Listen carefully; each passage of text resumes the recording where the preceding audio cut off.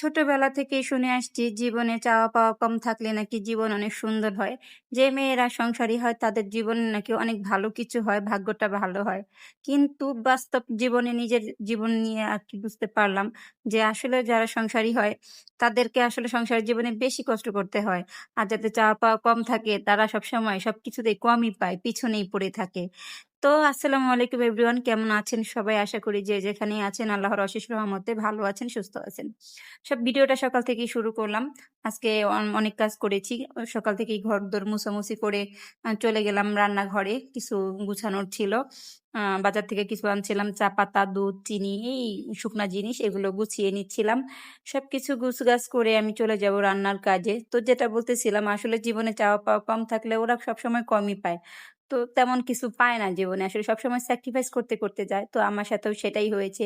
জীবনে যত ভাবি যে না এটা করব না, ওইটা করব না, স্বামীর কষ্ট হয়, স্বামীর টাকা অপচয় হয়। আসলেও দিন শেষে আমি কিছুই পাই না। কিন্তু আবার টাকাও থাকে না। এটাই হলো আমার মনে একটা কষ্ট।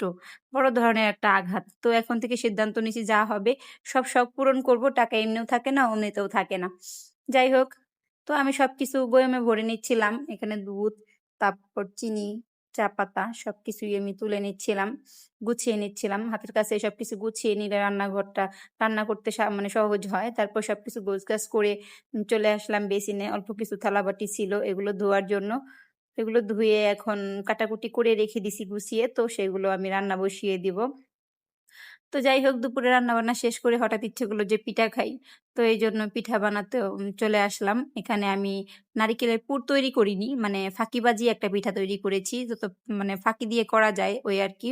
তো এখানে ছিল লাল আটা। আমার ঘরে লাল আটা কেউ খাচ্ছিল না। তো ভাবলাম কি করব? একা তো এত রুটি খাওয়া যায় না। তো রুটি কিছুদিন তৈরি করছিলাম। আমি একাই খাইছি। কেউই খায় নাই।